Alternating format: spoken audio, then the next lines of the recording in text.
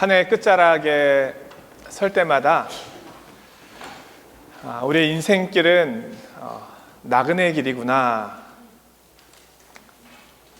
또 1년 동안의 항해를 또 잘 마쳤구나, 이런 생각을 해보게 됩니다. 2019년도를 시작하면서 저뿐만이 아니라 많은 성도님들이 과연 2019년도에는 어떤 일들이 우리 가운데 펼쳐질까, 혹은 나는 2019년도라고 하는 이 시간을 아무 탈 없이 잘 달려갈 수 있을까, 잘 마칠 수 있을까, 아마 이런 여러 생각들을 가지고 기대감으로 또는 염려로 시작했을지 모릅니다. 그런 어떤 모습으로 시작했던지 간에 감사한 것은 오늘 우리가 2019년도의 끝자락에 와 있다는 것입니다. 1년간의 항해를 잘 마쳤습니다. 나그네 길을 잘 걸어왔습니다.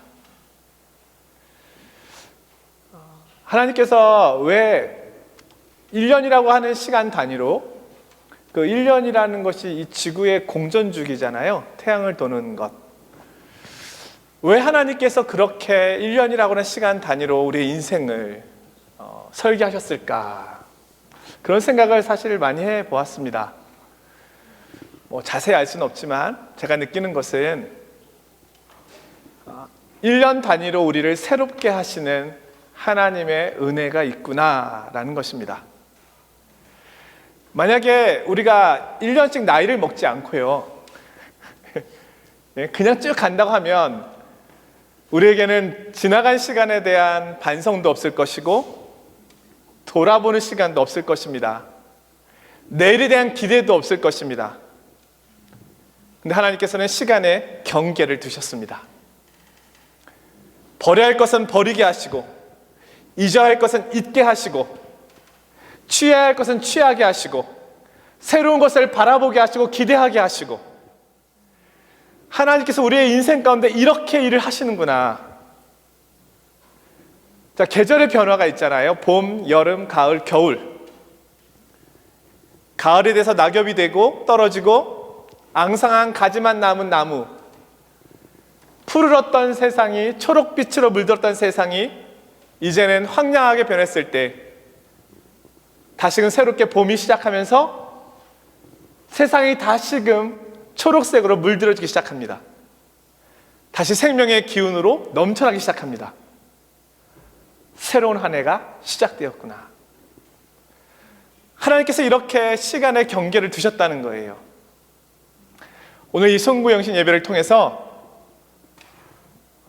우리 사랑하는 성도 여러분, 그리고 또 버릴 것은 버리고, 내려놓을 것은 내려놓고, 회개할 것은 회개하고, 그리고 새로운 2020년도를 바라보면서 취할 것을 취하고, 소망 가운데 새로운 기대감으로 시작하는 그런 이 시간이 되기를 주님의 이름으로 축원드립니다.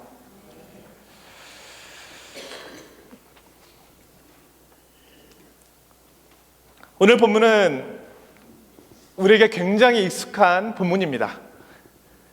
왜냐하면 이 본문이 축도이기 때문입니다.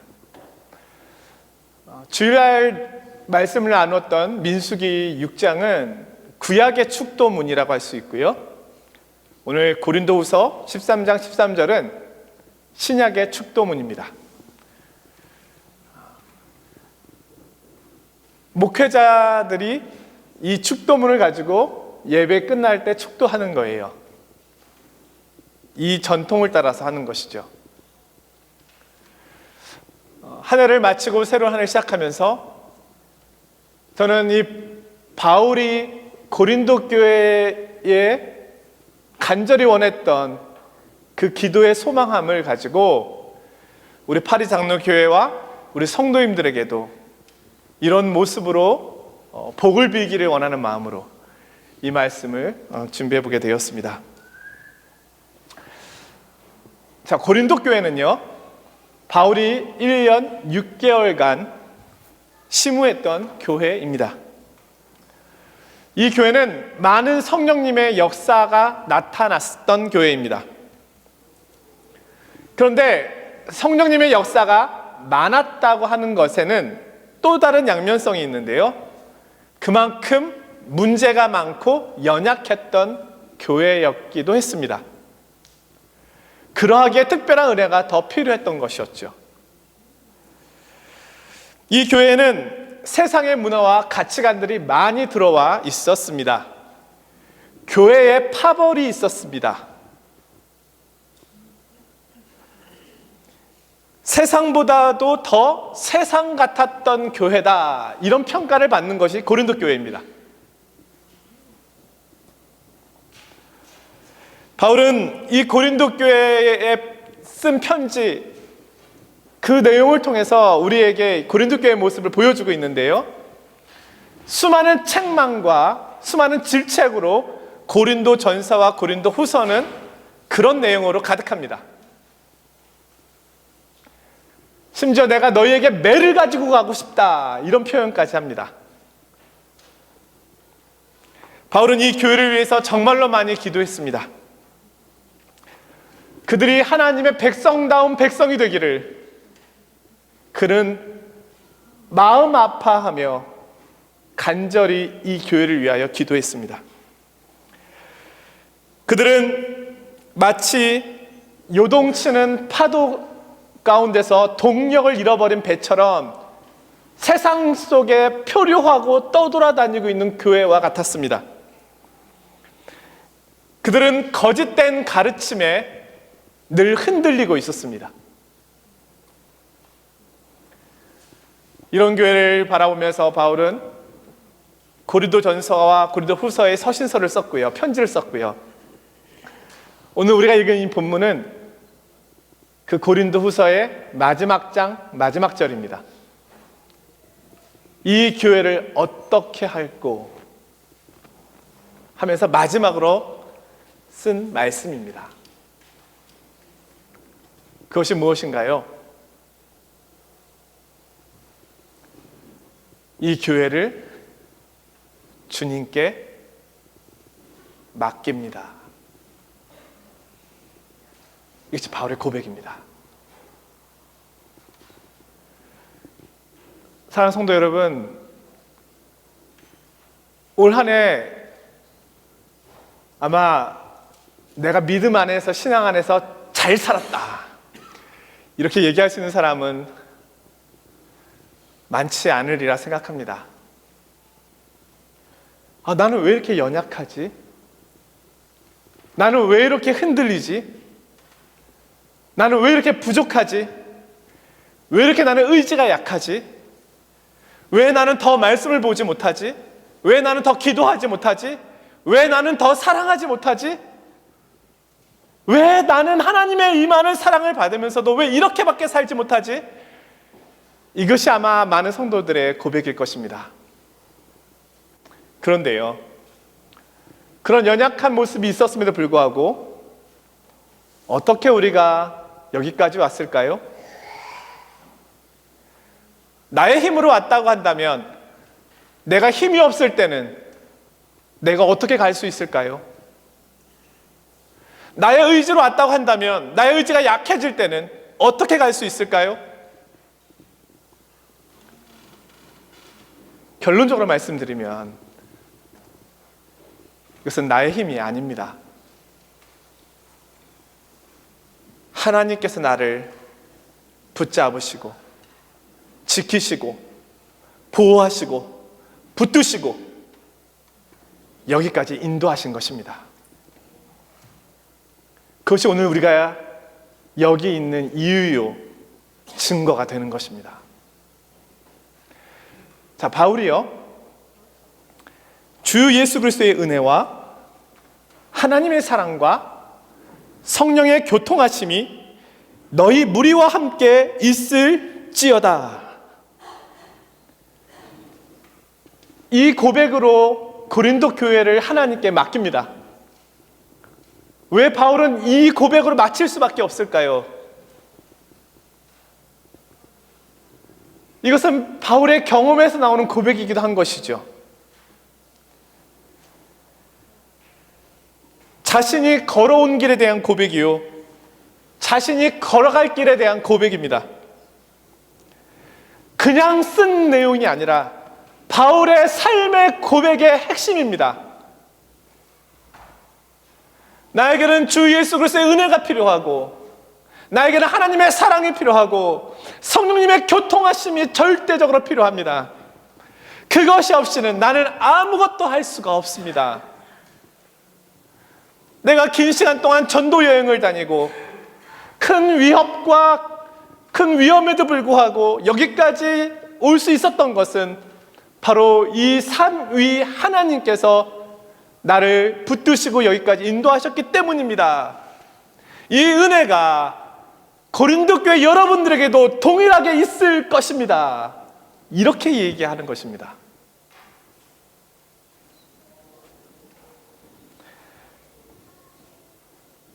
교회가 교회답게 되는 것, 성도가 성도답게 되는 것, 이 세상 속에서 그리스도인으로 사는 것, 비록 우리가 이 땅에 살고 있지만 하나님의 백성의 모습으로 살아가는 것, 그것은 우리의 힘과 노력으로 될 수 있는 것이 아닙니다. 물론 우리는 순종해야 합니다. 그러나 삼위 하나님의 도우심과 인도하심이 없이는 우리는 우리에게 주어진 이 삶을 감당할 수가 없는 것입니다.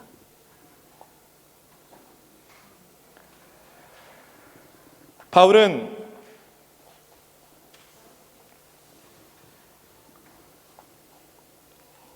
그리스도를 따라가는 인생의 여정 속에서 힘들고 어려운 순간을 지나면서 또 자신의 연약한 모습을 늘 바라보면서 하나님의 도우심이 없이는 살아갈 수 없다는 것을 더 깊이 깨달았습니다. 우리가 1년을 살고 또 1년을 살고 인생의 연수가 쌓아져 가면서 깨닫게 되는 그 깊이가 무엇입니까? 하나님의 은혜 없이는 살 수가 없구나. 우리가 인생에서 그거 배우는 것입니다. 그렇다면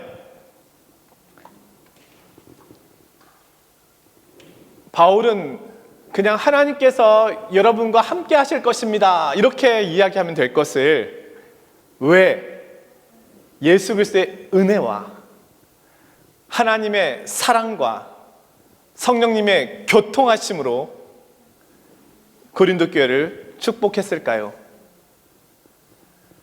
오늘 그 내용을 잠깐 살펴보기를 원합니다. 먼저 여기에 나오는 주 예수 그리스도, 하나님, 그 다음에 성령님, 이분은 다 우리가 알고 있는 것처럼 삼위일체 하나님입니다 라고 그렇게 고백할 수 있습니다. 자, 그러면 하나님은 세 분입니까? 한 분입니까?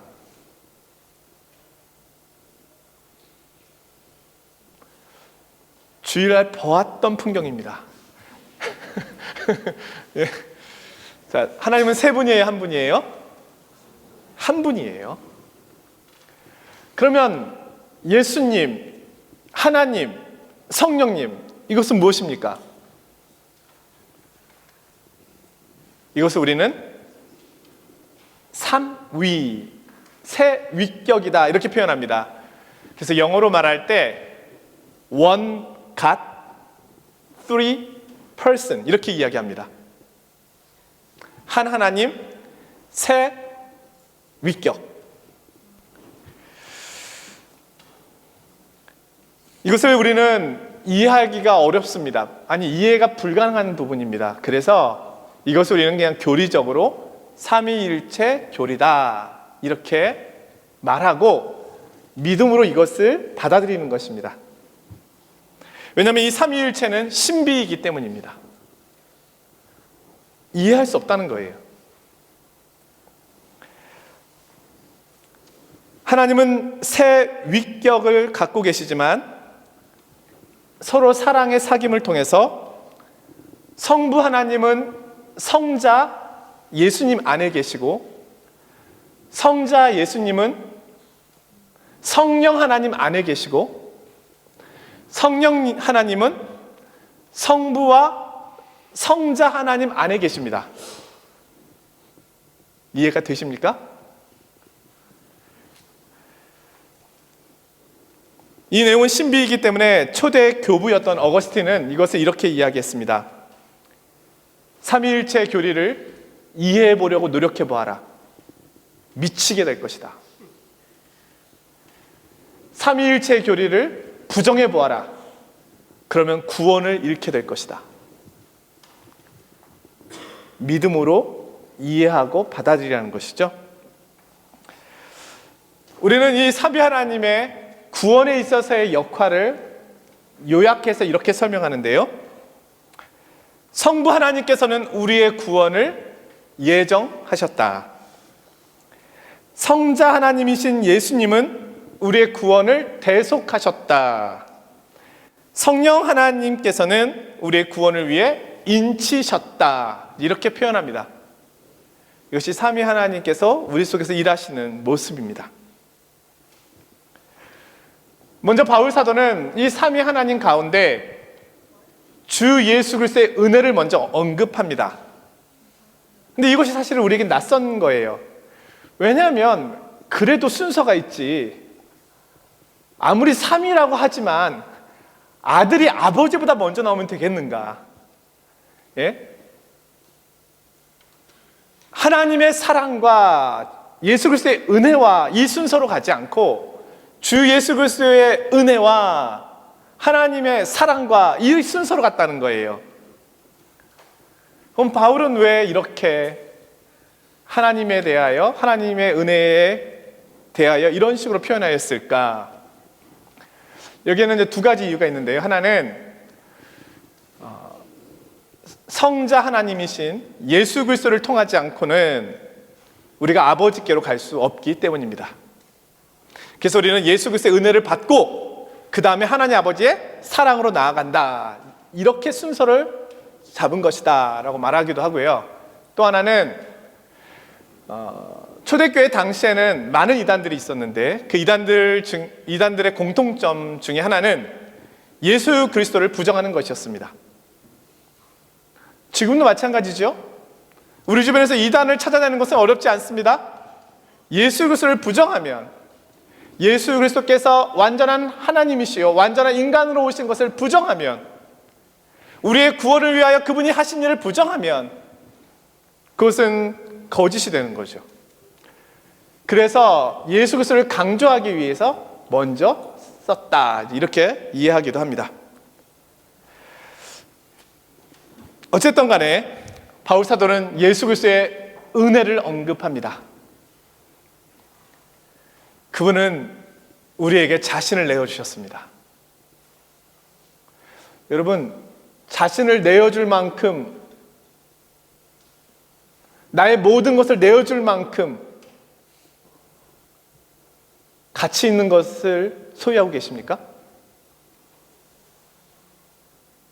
나는 내 직업도, 내 명예도, 내 건강도, 내 삶도 이것을 위해서라면 다 드릴 수 있다. 그런 게 있습니까?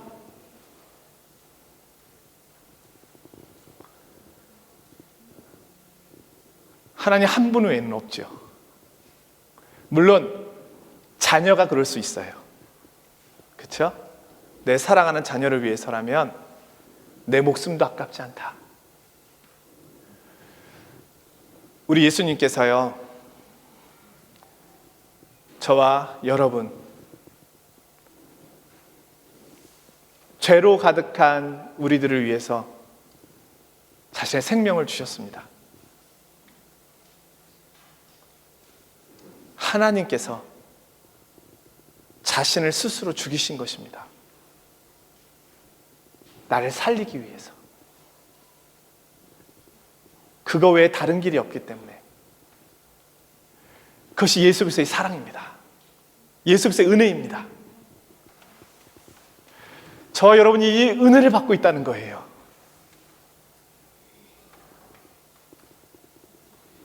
여러분, 나의 가치는요, 내가 소유하고 있는 것으로 평가되는 것이 아니라 나를 위해서 희생하신 그분 때문에 나의 가치가 평가가 되는 것입니다. 나의 가치는 예수 그리스도의 생명입니다. 그 생명의 값으로 날 사셨으니까요. 그것이 내 값입니다. 회사에서의 연봉이 나의 값이 아니에요. 그것이 나의 평가 기준이 아닙니다. 나는 하나님이신 그분이 자신의 생명을 주심으로 사신 값이다. 피의 값이다. 생명의 값이다. 그것이 우리의 가치입니다. 여러분, 이 가치는 어느 누구도 평가할 수 없는 거예요. 그것이 나를 향한 예수 그리스도께서 베푸신 은혜입니다. 바울이 지금 그것을 이야기하는 거잖아요. 또 하나는 하나님의 사랑입니다. 예수 그리스도는 우리를 위하여 자신의 생명을 내어주셨는데 이것을 계획하신 분이 계십니다. 물론 예수 그리스도께서는 그 계획에 순종하셨죠. 바로 하나님입니다. 하나님의 사랑입니다.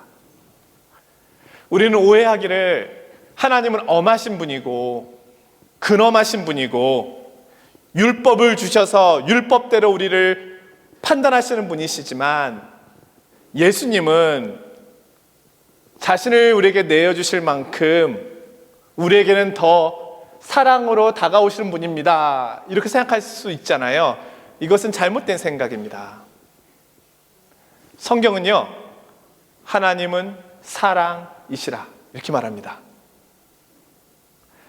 하나님이 세상을 이처럼 사랑하사 독생자를 주셨으니, 사랑하신 분이 하나님입니다. 내가 이 세상에 지음을 받기 전에 하나님이 나를 먼저 아셨습니다. 여기 계신 분들은 각자 생일이 있을 것입니다. 생일이 있고 태어나신 지역이 있을 거예요. 근데 하나님은요, 태에서 우리가 만들어지기도 전에, 아니 세상이 만들어지기도 전에 나를 아셨다 이렇게 말합니다. 그분이 나를 주목하셨고 나를 사랑하셨습니다. 왜 날 사랑하실까요? 아마 연애를 하는 사람들은, 데이트를 하면은 가끔 남자친구나 여자친구에게 물어보고 싶을 거예요. 야, 내가 뭐가 좋아? 뭐가 좋아? 내가 뭐가 좋아? 그럼 이제 여자들은 기대하겠죠. 네가 세상에서 가장 이뻐. 이런 말을 기대하겠죠. 그런데 남자들은 대부분, 뭐 그럴 남자도 있겠지만 그냥 좋아. 좀 더 자세히 말해줘. 조금 더 자세히. 그냥 예뻐.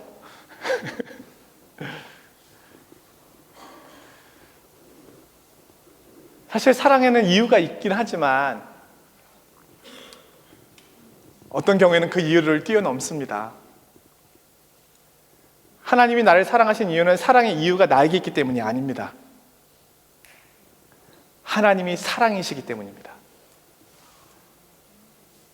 만약에 사랑의 이유가 나에게 있다면 내가 이렇게 행동하면 하나님 나를 미워하실 것이고, 내가 이렇게 행동하면 하나님 나를 싫어하실 것이고, 이렇게 행동하면 하나님 나를 버리실 거야. 그렇게 되잖아요. 그러나 사랑의 이유가 나에게 있지 않다면 짝사랑이라고 할 수도 있겠는데요, 나의 형편에 상관없이 그분은 나를 사랑하시는 겁니다. 하나님의 사랑은 이것입니다. 놀랍습니다. 로마서 5장 8절에서 이렇게 말하잖아요. 우리가 아직 죄인 되었을 때에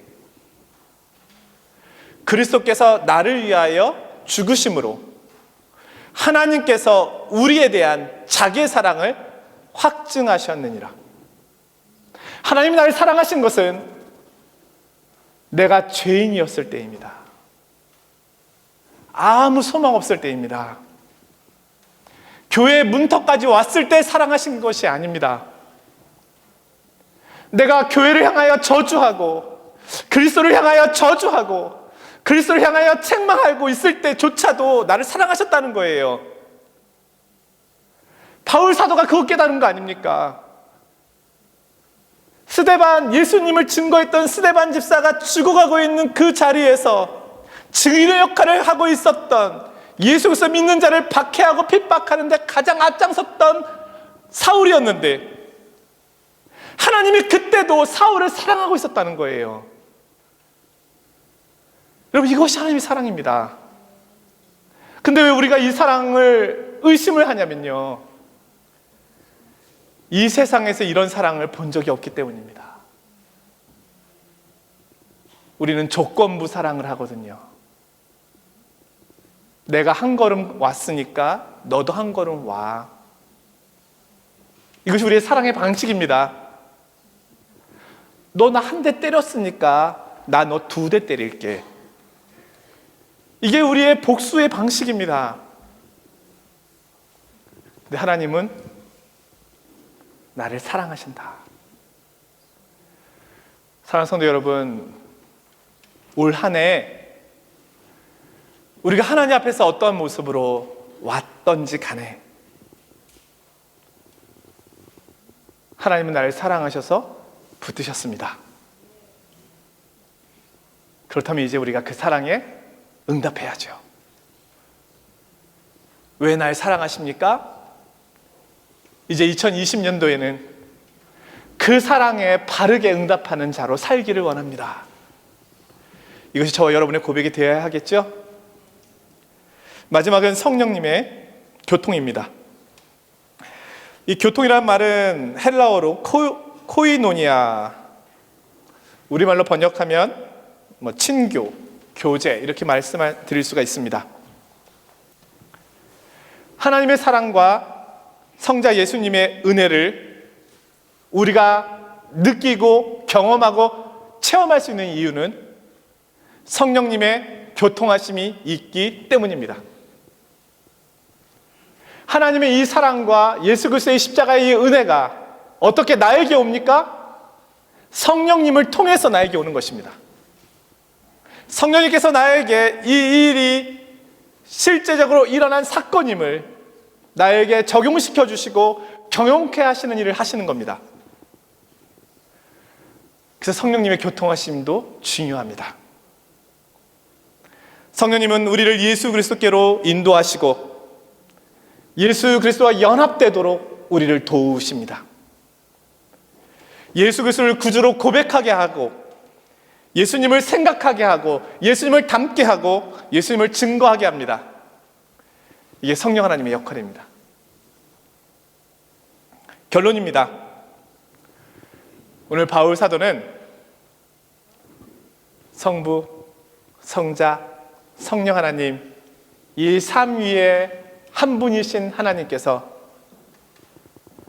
우리와 함께 하신다고 말씀합니다.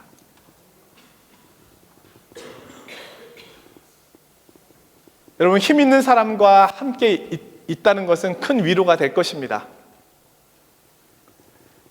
프로젝트에서 일하는 공무원을 알고만 있어도 우리가 어떤 일을 처리하는데 얼마나 큰 힘이 되겠습니까? 그런데 하늘과 땅, 생명과 죽음, 화와 복,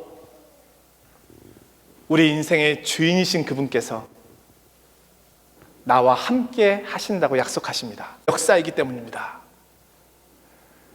사랑하는 성도 여러분, 저와 여러분, 하나님께서 보호하십니다. 무엇을 보호하실까요? 우리의 영혼을 보호하십니다. 하나님이 선택하신 이 부족한 영혼, 이 작은 자가 하나님의 나라에 가기까지, 하나님 앞에 온전히 서기까지 하나님께서 나를 지키시고 보호하시고 내가 믿음에서 떨어지지 않도록, 하나님의 은혜에서 떨어지지 않도록 나를 보호하실 것입니다. 2020년 한 해도 하나님께서 우리와 함께 가십니다. 나를 붙드시고 나를 보호하시고 나를 인도하시며 선한 목자가 되셔서 나를 이끌어 가실 것입니다. 이러한 하나님의 은혜를 바라보며 마음껏 주님과 동행하시는 새로운 한 해를 꿈꾸시기를 주님의 이름으로 축원드립니다. 거룩하신 아버지 하나님, 은혜와 사랑을 감사드립니다. 한 해를 돌아보니 어떻게 여기까지 왔는지 모르겠습니다. 길었다면 길었다고 이야기할 수 있는 시간이었는데, 하나님, 어떻게 저희가 이 자리에 있게 되었을까요? 하나님의 사랑입니다. 예수 그리스도의 은혜입니다. 성령님의 교통하심입니다. 하나님, 부족한 자를 여기까지 이끄셨다면 내년 한 해도 인도하실 것입니다. 그리고 주님 앞에 서는 그날까지 나의 영혼을 지키시고 보존하실 것입니다.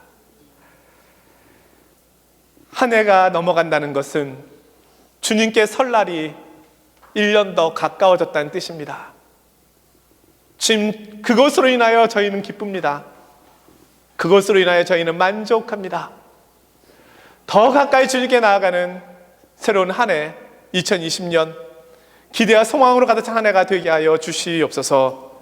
예수 그리스도의 이름으로 기도드리옵나이다. 아멘.